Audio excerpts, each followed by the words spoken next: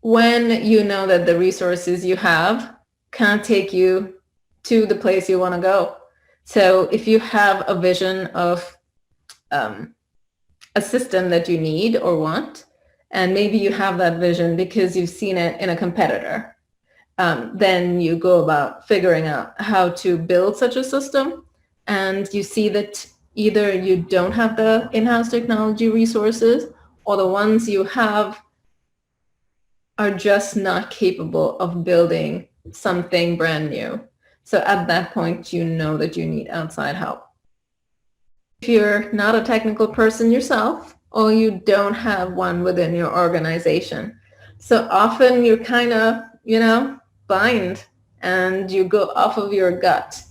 The other option is you find someone, either a friend or you get someone as a loaner from another company, just to help you evaluate the people who are coming in.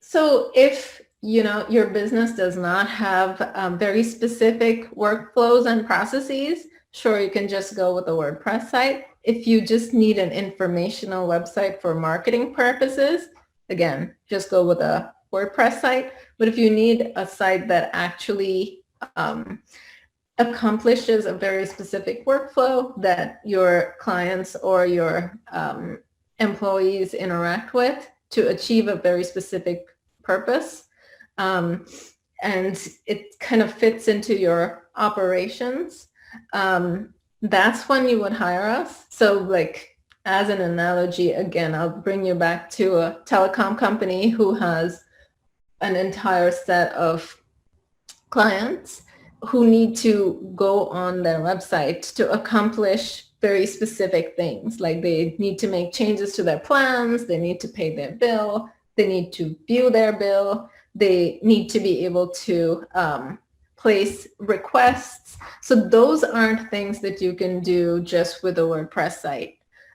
Those are the kinds of things that you need a very specialized workflow to do. So yes, you would need to have some very specialized or complex requirements in order to need a specialized tech team like us.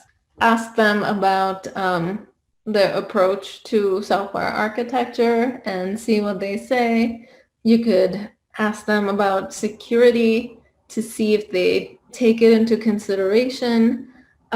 You could ask them about the development process to see if they would, kind of stay on track.